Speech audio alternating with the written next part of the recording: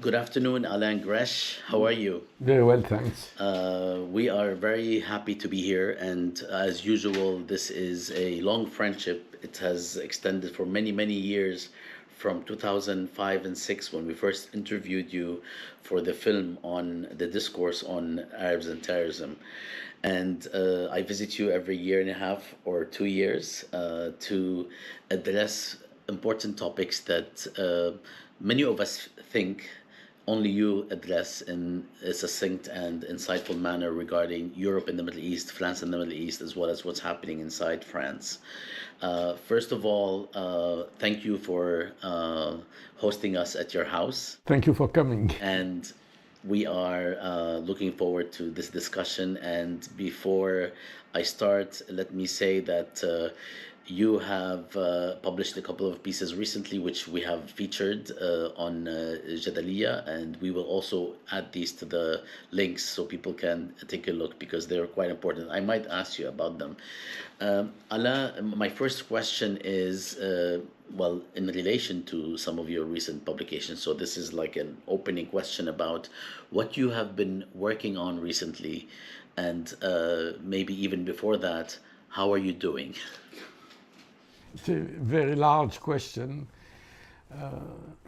Especially, I mean, we are looking at the international development because, especially after the Ukrainian war, there are many changes. There are many changes in the international relation. We can see it in the Middle East with this Iranian-Saudi Arabia agreement. We can see it in the way many countries from the global south are refusing to take position in the war on Ukraine.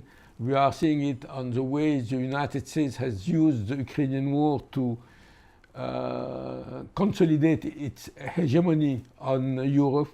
So this is the most important because it has consequence, internal consequence in every country, and it has regional consequence. And have you written about these matters? Yes, we have written.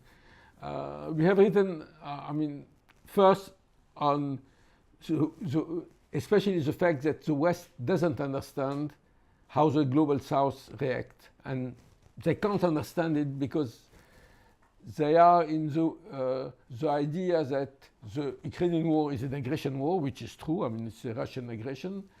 And all the world should unite behind the United States and behind Ukraine. Most of the countries in the South, even if they believe that it is a Russian aggression, don't believe this kind of discourse. They don't believe that the West is defending democracy, independence. They say, look what's happened in Iraq. Nobody has been tried for the crimes committed by the United States and their allies in Iraq. They see what's happening in Palestine. So they act in a more realistic way. We can say in some way, but it is also different, that we are in a situation where we had this non-aligned movement in the 60s, and some countries, especially after the independence and struggle for independence, refused to take position between Soviet Union and United States. But at this time, at least, we can say they have a vision of the future, a more equal world, more equal economic relation, real economic independence, etc. Now, unfortunately, even if the global South refuse to go with the West, it's not done on a vision of the world except their own self-interest. But they can defend their own self-interest, which is quite different what was the case 20 years ago. If we can take the example of Saudi Arabia, I think it's one of the most interesting things. Here we have a country which has been linked to the United States since 1945 at least, which has very strong economic, military relation. Many people saw that it was totally dependent on the United States, and we have seen it in 1990 when there was the invasion of Kuwait, and which now is making its policy not openly against the United States, but saying our problems are our problems. The United States are not able to solve them. and we must try to find solutions from ourselves. And we have also, it's not, you cannot even see axes in this recomposition of the world, of the Middle East. It's not axes of resistance, I mean, Iran and Syria against Saudi Arabia and pro-American. It is, on each question, you have different kind of alliance. For example, you have Turkey, member of NATO, helping Ukraine, having good relations with Russia. And this is what we can say a multilateral world, but at the same time, it's not linked with, even if everybody speak about international law, but it's not the basis of how the world is functioning, and nobody is asking for this. And this is negative aspect of what we see today in our region, Middle East, and in the world in general. All right, let's focus in a little bit on the specific, if you will, an official European Middle Eastern relations, or more specifically also France-Middle Eastern relations. When we talked last, which was about a couple of years ago, it was also a bit of a different time in the sense that we were coming out of COVID. China hadn't yet made the kind of inroads it did as explicitly as it did in the region. There are also changes in the U.S. and new elections or various elections in Europe. Can you give us a broad view of what is the condition today of European Middle East relations? To understand this, first we must go again to Ukraine. I mean, the Ukrainian war has created a situation in which United States has played a vanguard role in defending Ukraine, have increased its influence, and all the idea, which was a French idea of strategic autonomy, military autonomy of Europe, has gone away. And this is very negative. So the second aspect is the fact that now the Middle East is secondary to, because the most important thing is Ukraine. I mean, the Middle East has been secondary for a long time. I mean, nobody is involved now in the Palestinian question, in most of the regional conflicts we can see. I mean, you have 10 years of civil war in Syria, 10 years in Yemen, 10 years in Libya, and it's not so important, and they are not involved. One of the reasons they are not involved, we must be very frank, that nobody has solutions. So the time when the European or Western country could go in one country, like in 1918, after the First World War, and decide, here are the borders, here is the government, we decide, it's finished. And it has been crushed completely in Afghanistan. The idea that military intervention will solve something. So there is the fact that we are not anymore interested, I mean, we are interested in the Middle East, mainly today for oil, but oil is not a problem. Despite what happened in Ukraine, oil is, the cost can increase, but it's not so important. For Europe, the most important thing is migrants. And Europe wants stability, what they call stability, for making a frontier against the migrants. That's why we are supporting Sisi in Egypt, we are supporting Morocco, we want an agreement with Algeria, we want an agreement with Tunis, etc. So that's the main important. But if we consider, for example, what was the core of the Middle East, I mean the Palestinian question, nobody is anymore involved in this, in the European, or I mean, most of Europe are supporting Israel's right-wing government without any problem. And the country who wanted to do something, they don't do because it's too complicated. And so we let this, and with the hope, there is the hope, which is a very stupid thing that, okay, Palestine is a problem. Of course, I mean, we Europeans, I mean, France, regret what's happening. But look, I mean, there are so many other problems. Why to be focused on Palestine?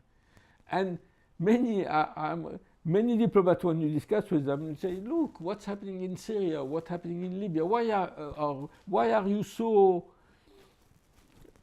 it's one problem among others. And I think one thing they don't understand is there is a main difference between Palestine and all the other problems. Not the number of dead or the number of refugees, it's the fact that it is the last colonial question. And everybody understands this colonial aspect. Europe doesn't understand it, but that's why, I mean, Palestine is always present. And even with the diplomatic relations between Morocco and Israel, etc., the only thing which unites all the public opinion in the Arab world is Palestine. And this will make the fact that it's an illusion to think that one day it will disappear. Palestine is here, and also it will not disappear for another reason, which is, of course, Palestine is a settlement colonial problem. But with this particular aspect that on the ground of Palestine, on the land of Palestine, today you have as many settlers as local people. You have 7-8 million Palestinians, 7-8 million Jews. And this creates a problem for the Israeli government and for any solution. Of course, if you compare it to, for example, to Algeria, you have one settler for 10 Algerians. Here you have one for one, which is difficult for the Palestinians because they don't have the same balance of power as of number, but at the same time it's a problem for the Israeli because they don't know what to do with the Palestinians. They would like to expel them, and now we have a government which will take pretext perhaps of a war or something, who is ready to expel them, but it is at the same time very, very difficult. So this question of Palestine will continue, and if we take the way France is dealing with it is, let's forget about it. We had a recent debate in the parliament about apartheid. It was a proposal by the communist group and some of the left-wing members of parliament to have a resolution denouncing apartheid. It was, of course, clear that it will not be voted, but there was a kind of discussion. And it was interesting because there were some articles about the position of the group Horizon, I mean the main group of Macron, how they react to it. They react to it, they don't want to discuss it. And they said, their leaders say, don't discuss it. We don't want to discuss this problem. We don't, and we just want to say that we are for a two-state solution, that we are against settlement, and at the same time we are for the right of Israel to self-defense, which means nothing. But this means paralysis. And now for years you didn't have any initiative or any decision from the French government to solve the problem. You will have every month a declaration saying we condemn, yesterday they condemned the attack against Gaza, and tomorrow they will condemn building of settlement, etc. But they will never take any concrete decision against it, any sanction. On the contrary, they are trying to criminalize the solidarity movement with Palestine. And this is one of the most worrying things in all Europe, that now I think the German parliament has adopted a resolution saying that BDS is an anti-Semitic movement. In France they tried also, but they failed. But there is a trend to say now the solidarity with Palestine is anti-Semitic. And this is a new trend.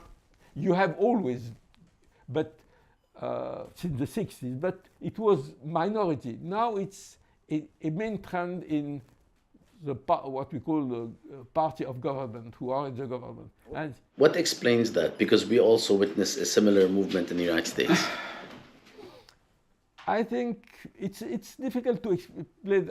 I like to say it like this. I mean, France in 20 or 25 years have completely changed its politics in the Middle East, but without how to say, without saying it. And I called it a silent turnover of its policy.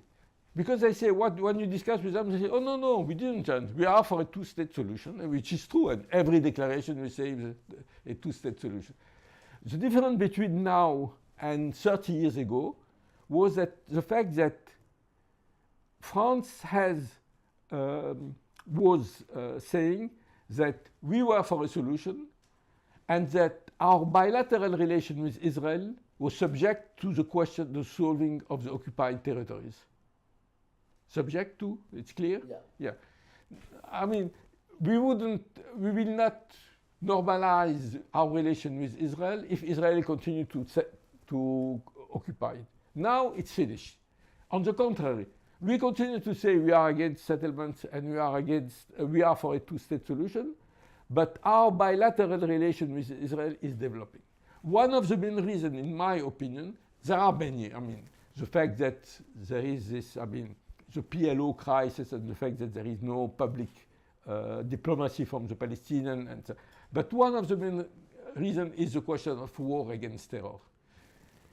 Before the 2001 and the 2000s, the problem was clear. It was a struggle of people occupied against an occupier. Now it's a part of the war on terror. If we are in a world war on terror, it's normal to consider that our ally is Israel. And you will say, of course, you will use Hamas and saying it's a terrorist organization. And as you know, the European Union considers Hamas as a terrorist organization. And after the attack in France in 2015, in January against Charlie Hebdo, and then after against the center of Paris in November, many right-wing mayors saying, our model to fight against terror is Israel. And I think this have changed, not the public opinion. All the polls show that most of the French people believe that Israel is responsible for the fact that there is no solution. But the political leaders are using this to say we must develop Israel is a democracy, Israel, which is especially now. I mean, Emmanuel Macron was the first European leader to receive Netanyahu after his victory in the election. Smotrich was here. He made a speech. He was not received officially, but he had a hotel. He made a speech saying Palestinians don't exist, etc., etc. It took 2 days to the French government to denounce this, and Emmanuel Macron said nothing. There is, I don't know. Sometimes I say all these politicians are real anti-Semitic. They think that the Jews control everything and they control the media. That if they take position in support to the Palestinians, they will be accused of anti-Semitism. And you know, I mean, historically, I mean, the people who are support, I mean, in Great Britain, most of the Zionists were anti-Semitic. They were thinking, one, that the Jews were controlling everything, and second, that we should expel the Jews so they could go in Palestine. So it's not contradictory. Especially today, one of the most important things, I think, in the development of the political landscape concerning Palestine is it's clear that for Israel, the main question is to support Israel. If you are anti-Semitic and support Israel, it's no problem. We have seen it with the relation between Netanyahu and Trump and his guy. We see it the relation between Netanyahu and all this extreme right in Eastern Europe, etc., etc. So long as you're on the right side, it doesn't matter whether you're racist, even against Jews. All right. Well, let me just hone in on the question of public policy, or public opinion on the one hand, and the wave that you are saying has grown in terms of associating critique of Israel with anti-Semitism, which is very much paralleled in the United States. Public opinion on Israel-Palestine has been changing, in my view, for some time, but in my view, since 2009, the attack on Gaza, but mainly 2014, Operation Cast Lead, things have actually escalated in terms of the violence, where American Jewry have become really concerned about the dangers that Israel is posing to itself. And it began to change public opinion, even among American Jewry, and as we all know, not for the sake of Palestinian human rights, but for the sake of protecting Israel from itself, which we continue to see.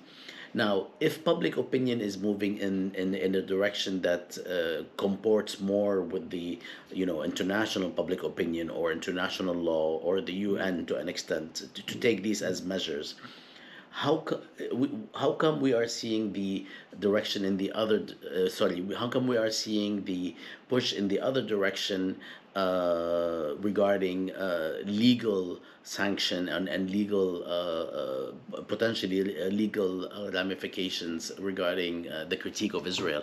Is it that people are fearing that Israel is losing the opinion and public opinion battle, and now they have to take legal measures to silence critics, or is it something else happening?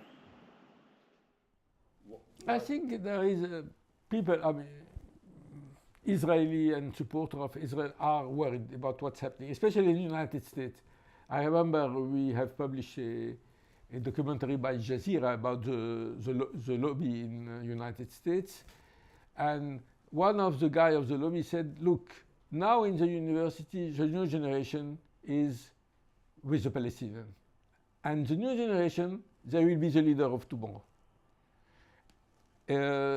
So it's one of the problems. They fear the change. And the change in the Jewish American community is much more important than in France. In France, it's much more conservative. So this is, I think, worrying for them. And so they are trying to support. This can be one of the reasons we have this pressure. Also, I think the question of the Holocaust, it's we can say in France.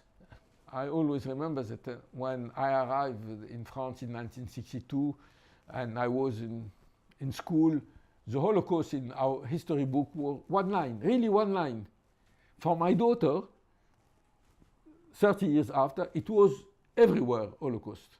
And so there was this education to Holocaust, which is in some way positive, but now which is used by people supporting Israeli policy to say, okay, we don't want a new Holocaust, and the Arabs want to kill us, and etc., etc. So this is also very important.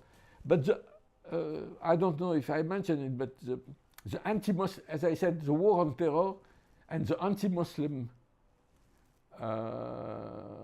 trends in the Western European is helping Israel.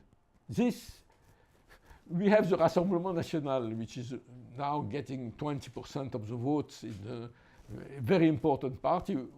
With founder was Jean-Marie Le Pen, a guy linked with all the fascist and Nazi remnant of 1939, 1945. Now they are supporting Israel. And when there was this discussion about apartheid in the parliament, one of the main defenders of Israel was the member of parliament from the Rassemblement National, because they think that the Arabs are worse than the Jews.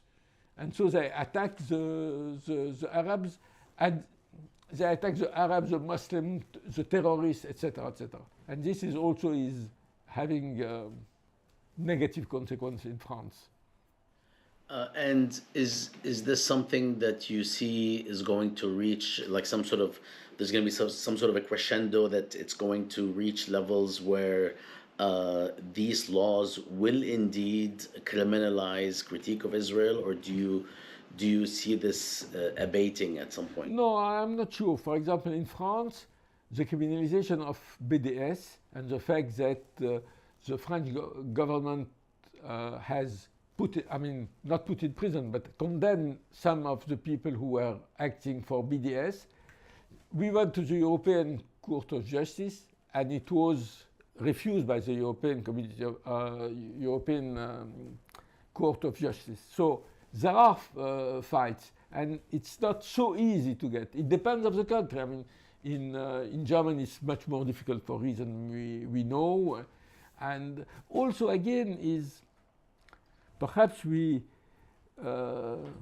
it's also linked with the way the Ukrainian war will continue. We see in Germany, for example, that the Green Party has become a militarist party, which is very strange and very, very reluctant to the Palestinian fight and wanting to fight against terror, etc. So it depends on each country. You have, for example, in Ireland, a very strong pro-Palestinian movement. It depends, and it depends on political...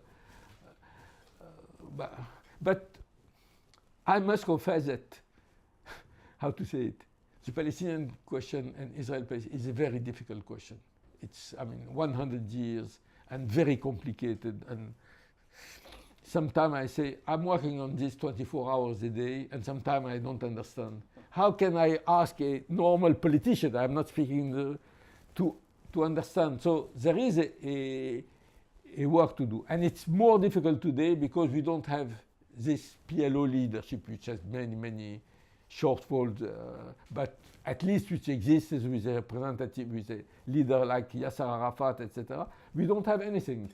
And this also is creating problem, even for people who support the Palestinians. What is the solution? What is... the two-state solution was finally, when we look back to Oslo, I will perhaps shock some people who read, I was not against Oslo in 1993. I thought it would be perhaps an opportunity to create a movement, to get out of this stalemate and perhaps to find the possibility to develop more consequent peace forces in Israel. It failed, but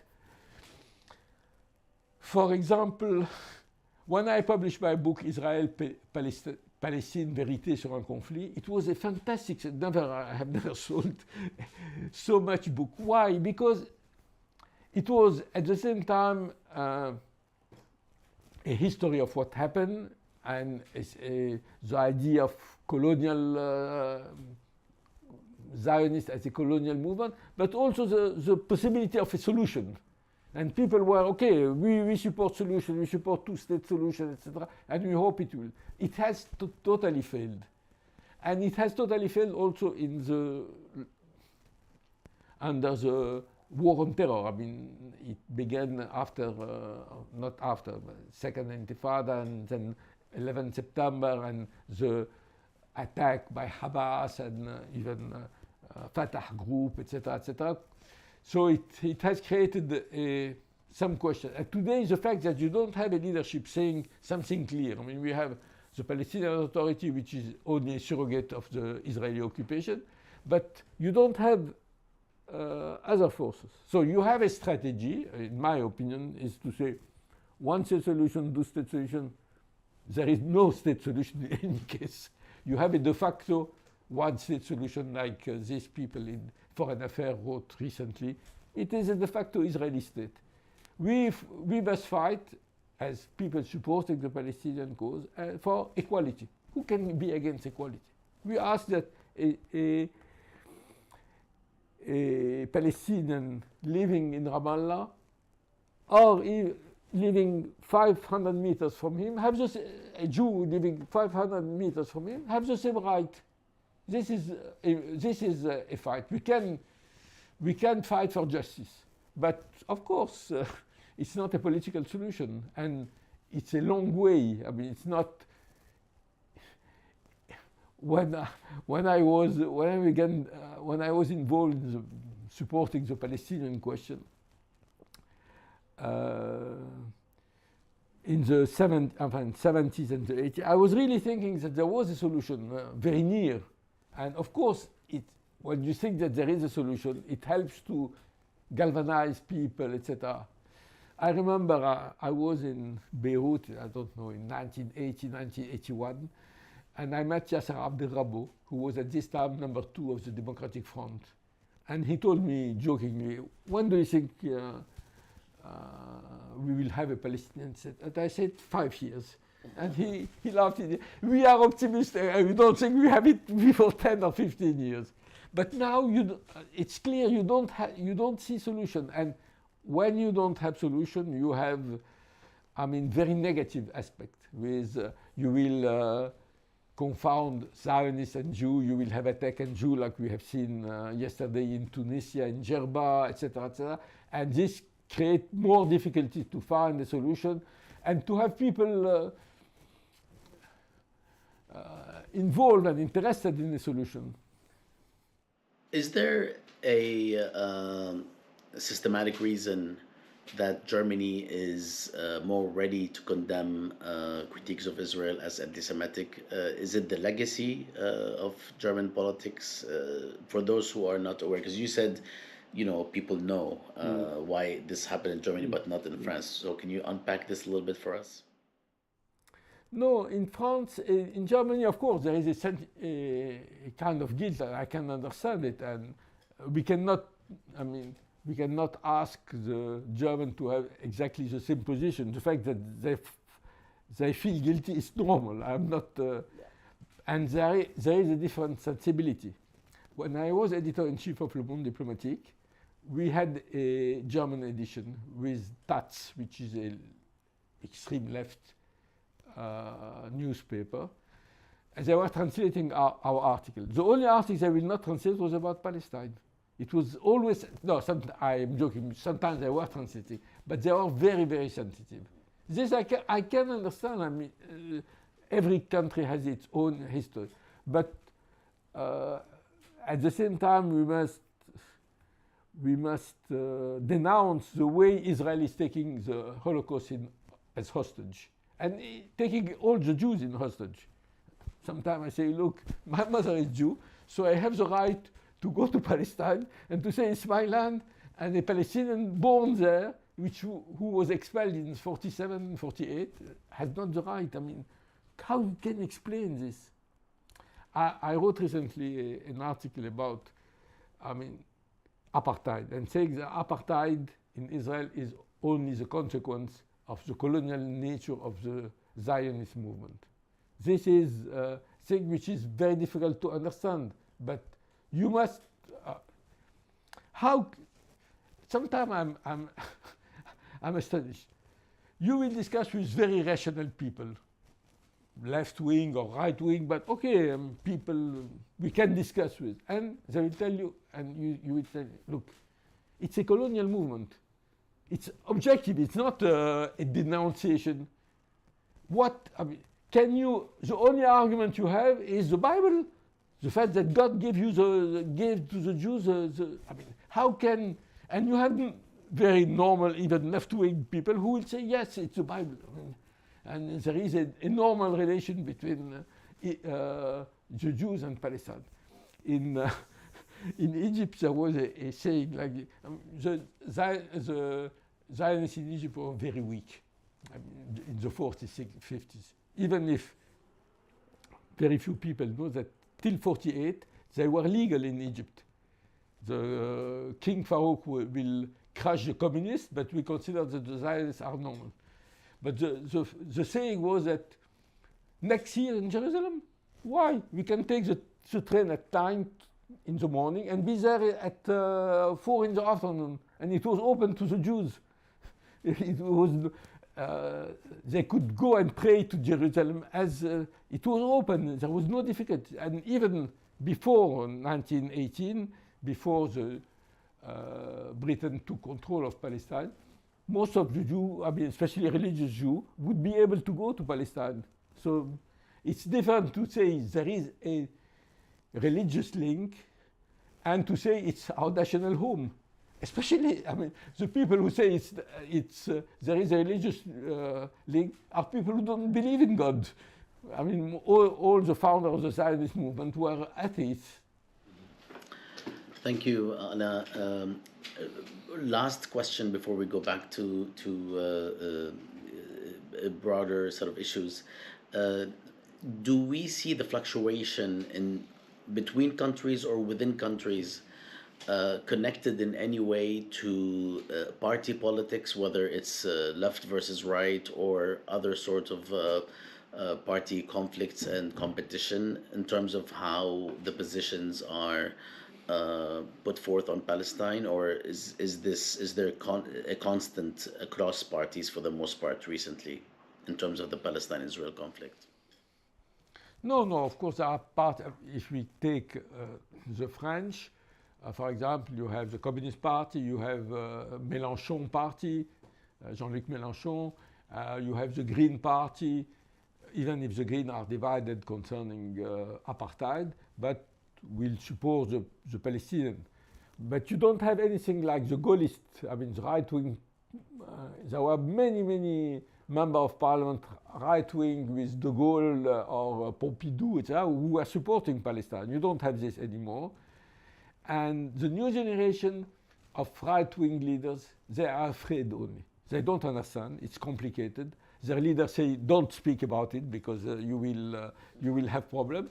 And so, and there is also, it must be, there is a very strong organization by the Israel lobby, pro-Israeli lobby, inviting members of parliament in Israel, making them visiting this start-up nation and all this bullshit, and without even seeing what's happening in Palestine. And this is also, Israel has a very systematic way of working with public opinion, and they know it, how to do it. They have better understanding. That once I spoke with an Arab diplomat, and I told him, look, there is one Israeli delegation, there is 21 Arab delegation. Alone, they make 10 times more work than you do in, because sometimes people say, I don't myself like the use of lobby, because in the thinking it's something mysterious. I mean, I don't know. I mean, they are everywhere. No, they are going. You know, they have in the embassy people who will speak. You are right wing, they will send you a special guy to right wing. You are left wing, they will send you a left wing who know how to speak to you, etc. You know, when I work on history of Palestine and the United Nations Special Commission on Palestine in 1947, they sent a delegation to see what will be the solution. The Israeli, I mean, at this time it was not, it was the Zionists. For each member of the delegation, they found a Jew member of the same nationality to him to get with him, to go with him to explain him. And they put micro in all the room to know what they were saying. And so, and the Arabs say, and the Palestinians say, we don't want to discuss with them. So of course, this is there is a problem. Israel is a mighty country with many possibility, intellectual, diplomats, etc. And they know how to work, and they have quite a number of possibilities to work. Thank you, Alain. Can you tell us briefly today? Is there any movement in terms of French politics that one should pay attention to in terms of changes, potential changes vis-a-vis the Middle East? Is there a party, ascending party, or is there a sort of contention among parties regarding Middle East issues, or are we seeing a sort of like you shared? Some sort of nonchalant approach? The Middle East has become secondary. The uprisings have actually descended into something completely different, and there's less and less interest to the point where it doesn't figure in the big public debates. No, it figures. I mean, as I said, I mean, at least three parties: Communist Party, but which is now very small, the Green, and La France Insoumise, who now it's hegemonic at the left. I mean, it's Jean-Luc Mélenchon. He got 20% of the vote. He has 80 members of the parliament, and they are committed to Palestine, really. But at the same time, it's not the main question for them. This also we must understand. We think, because we are working like this, we have link with the region, etc., that it is a main question. But for them, it's one of 100 questions. Also, it's a new party. They don't have the political culture, etc. So it's more difficult. But what about other issues like in the Middle East, like whether it's Iran, Saudi Arabia, and what happened recently, or whether it's North African politics in terms of influence that the French would like to have in Tunisia in this new experiment, which is not going as well as we all wanted, but it's still more of a hopeful scenario than the other uprisings cases that we have witnessed in 2011. On other non-Palestine Israel issues, is there a French policy that one can point to? Is there something that we can look forward to in terms of potential changes or anything that is significant? Because I'm asking because it seems that even in the United States there is like a holding pattern. There's really not much going on vis-a-vis the broader issues. Even in terms of political economy, the question of neoliberalism, the question of what kind of economy to sort of support and so on. Or is there a malaise? There is first on economic and social. We have been launching. Since 4 or 5 months, there was a big movement against the reform on retirement. The government wanted that you will retire at 64, and it was 62. Till now, the law has been adopted, but till now, it's not really solved, and it has created a very, very strong anti-Macron feeling, and the minister cannot go outside without people shouting at them.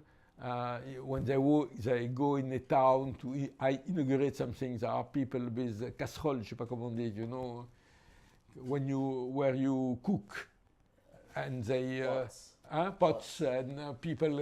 So on the internal front, we are in a very strange situation. Nobody knows what will happen.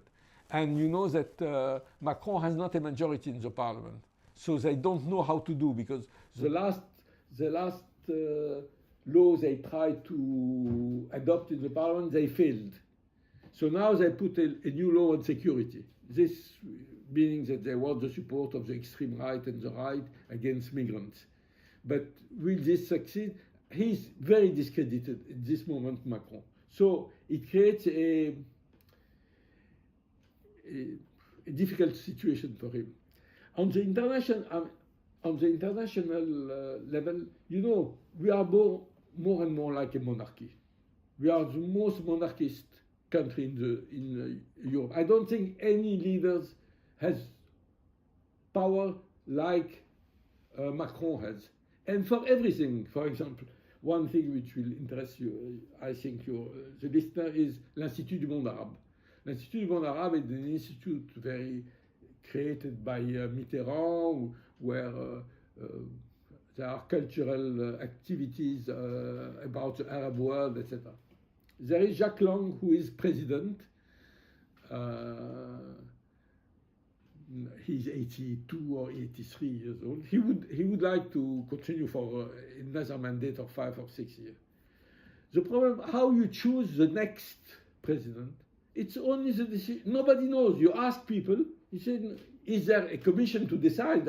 You have people who will be candidates, they will have program. No, there is no. It's only Macron. And nobody can tell you what he will decide. And this is, it's a small thing, it's not major. But in diplomacy today, what has changed, it began with Sarkozy, and more the policy is made by the president without the foreign minister. And it has created the first big strike of the diplomats in France in history. So on this, we have a policy which is totally dependent on the president. He can decide. He tried, and I think he was right to discuss with Putin to find solution. He can take some initiative and saying some positive thing, but will it change? And on the Middle East, it's not clear that they are able. And to be very frank, if you are a politician today, why to go to the Middle East? You will take. It will not. You can have good relations with Saudi Arabia, with Qatar, with Emirates for economic relations. You can try to have good relations. It's more complicated with North Africa because you are afraid of the migrants. But to have a real strategy, I don't think they have. When we were coming here today and throughout the past couple of days, when we encounter taxi drivers that are Arab, which is basically 3 out of 4, it has been in my experience the past 15 years and 20 years or more. We ask the same. I ask the same questions, and today, for instance, it was an emblematic answer when the driver said, "Things are getting worse for Arabs and Muslims. They're always getting worse." I mean, that's the impression that this person had. If we look at the actual laws, if we look at the actual policies, how can we assess the trajectory of the conditions of Arabs and Muslims in France? There was recently a study made by one university which pointed something which not completely new, but the fact that the middle and upper class Muslims are leaving France. Not millions, but people don't feel comfortable here, even if their economic and social situation is not bad, because they feel this pressure against Arab and Muslim. And this is very, very clear. And you have it everywhere, but you have it especially. Because in France, you have this question which has been dividing us for years about laïcité and the fact that we don't take into account the religion of people. So we don't see discrimination because everybody is equal. And you don't have this in other European countries. And so it's worse in some ways than what's happening in other countries. And now you have a general trend against migrants in all Europe. This you have seen. An alliance between the right and the extreme right to take laws against migrants, and the right-wing party, but also the Socialist Party has taken a kind of saying, okay, to fight against the extreme right, we must say the same thing that they are saying. And the result is the extreme right is increasing. It's not weakening, because nobody wants to fight the extreme right and saying the problem they are speaking about are real problem, we must take them in account, etc. And now that you have economic crisis linked with Ukrainian war, and I think it will be one of the main attempts by the government to gain opinion. There was the idea of a big law about immigration and security. In 1 month, the government has taken 4 different positions. First, they say we will have a big law. Then, second, they say no, we will have 2 or 3 laws rapidly. Then they say no, we will discuss it only in September. And now they decided that there will be 1 big law and we discuss it now. It's tactical, but it has a negative consequence, because people believe that the migrants are profiting from the situation, that the state helps them, and that they are in a fantastic condition and they get help from, which is bullshit. The situation of most migrants here are terrible. They don't have papers, I am, how do you say, parent? I'm parent, not godfather, parent, godfather. of one migrant who is without papers. He's here for 12 years. He cannot work. I mean, he can work, but not legally, meaning that he's paid nothing. He cannot be in a house. He's in squat. It's terrible, and it's impossible to be expelled because it's so complicated to expel. We expel 10% of the people who should be, I mean, who has decision of expulsion. But at the same time, they will not help him to. He told me, I mean, if I have a permit, I will have a work, and he has a restaurant to say, I will have a home, I will pay my taxes. All right. So on this question, is the trajectory in general, in terms of laws, public opinion, also class politics, because I understand that much of this is also about class politics. I mean, there is a view that immigrants equal the kind of people that we don't want here, and this view might even be the same towards the poor French in banlieue. But of course, the immigrants will take on a bigger share of the blame. Is the trajectory towards any sort of equity, or is it more towards more polarization on this question of immigrants, especially Arabs and Muslims? No, more polarization, unfortunately, because something new 10 years ago, is the fact that now you have independent channel like Fox News, you have C News, BFM TV, etc., which are completely demagogic and which creating of each, you can find every day something in which perhaps an immigrant is involved. It's not, I mean, we have 60 million people, we have 5-6 million immigrants. They can have, you can find every day something and putting it at the front of the information. And so you create a kind of, at the last demonstration against law on retirement, there was strong clashes, but very limited clashes. I have a campaign home, how you say, a resident home outside Paris, 300 kilometers. The day after I went to the market, and there is a guy who is selling couscous, etc., who is Algerian. And he told me, how is Paris? You are not afraid? I mean, there was a clash in the very limited during the demonstration, and he thinks that Paris is on fire. And this is the television. Because of television. Yeah, but because you show it. They don't show false images, they don't need. It's only, you will concentrate on this and give the impression to people that you cannot get outside, that you are attacked, that you are... and this plus the social media is creating a very, very difficult, a bad atmosphere, I can say. All right, I'm going to go to the final dimension of our conversation. By the way, this is officially now, this conversation is part of a new podcast that I'm working on called Flow, because I decided to put all the interviews that I do under one umbrella. So I'm very happy that it's with you, because you're number 10.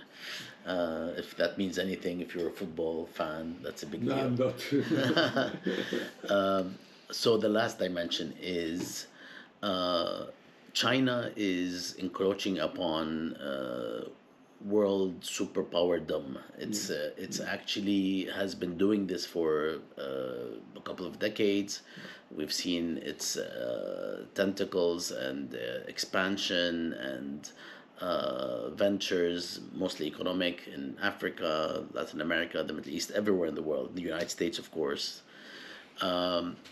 Recently, they brokered an agreement of sorts between Saudi Arabia and Iran, which angered a lot of people who do not want Saudi Arabia and Iran to have any amicable relations. Israel doesn't like it because they wanted the Saudis to sign some sort of a treaty, and of course, they don't like Iran to actually have that sort of legitimation from its perspective or from the Saudi perspective. The Americans don't like it because it further degrades their role in the region, something that has been at least not on the incline, if not declining.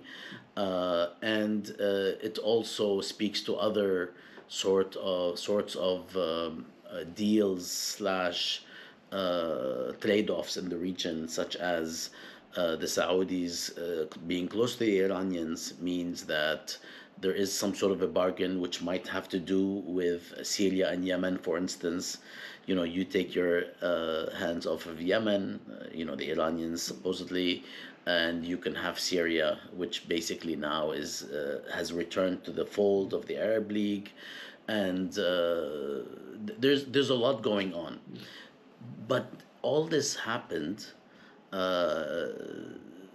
because of this stroke of some people call it genius or what have you, that the Chinese have basically brokered. Does any of this, regardless of its own merits and whether it's going to last or not, this is the discussion: is it going to last or not? Is it real or not? Is China really a credible alternative to the U.S. or not? And so on. Whatever ends up happening, is French politics or European politics affected at all by this entry of China into the Middle East now in very explicit form? European policy is affected by American policy on China. It's clear that United States want us to choose very clearly that we are in confrontation with China and that we must support the United States. Till now, France at least, but also many other countries don't buy it. But it's clear that with the pressure which were on us on Ukraine, it will be more difficult. I want to... More difficult? It will be more difficult for Europe to resist this American pressure. But till now they want to resist because it's very dangerous. There are changes in the balance of force, but I don't think first that they are so quick that the Americans are saying. And I'm not sure that the American policy is the way to deal with it, because it deals on the military base. And I think it will bring reaction from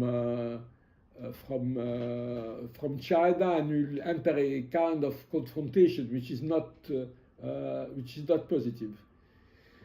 So we are in a, I will say, mid-term or long-term transformation of the world and of the balance of force. The world of after 1945 is dead, and the kind of, and we are going to a multilateral world, I'm convinced. But how to build it, it's dangerous. And you are at the most dangerous period. When we will have new rules, it will be easier. Now it says no rules. And the Americans want to use this to strengthen their hegemony. The Chinese also. But I don't think the Chinese are so strong that the Americans are saying. Nor military, nor even economically. It's not, they have many internal problems, economic problem, social problem, and so, even I don't know, I'm not a military expert, but for 10 years they have been telling us that the Russian army is now very strong and very mighty, and the result was, we have seen it in the Ukrainians that it's not. So that's it. We are in a very dangerous geopolitical situation, and but the fact that the different regional country solve their own problem is the best. Outsiders are not able. Even when you're inside, it's not even evident to solve it. But outsiders are not able. As I said, with Afghanistan and even Syria, etc., it's not helping. So we should, Europe should push for this. The idea that the African must solve that problem. We will not. When we take the French policy on Mali, and it was a catastrophe. We can say that now we have dictators, etc. But okay, but let the African countries solve the problem. It's not our business. It's not our business. We are not able to do it. As I said before, the colonial power has the possibility of solving every African problem, saying we put this guy in the power and we take him out. No, it's not. So let's move from this point of view, that the local actors must solve their problem. And sometimes the Western country, for reasons linked with history, are not the best place, the best to solve this problem. Alain, thank you so much for all of these insights. And I know that I took you from, France to the Middle East, back to Europe, and to the US and China. So I hope you're not exhausted. A little. I thank you for your generosity and appreciate always your analysis, and hope to see you under better circumstances. I always say this, regardless of how it always fails me. Are there any closing words you'd like to share? No, thank you very much for coming, and thank you to the listener of جدلية and your podcast. Thank you. شكرا كتير. شكرا كتير. Okay, salam.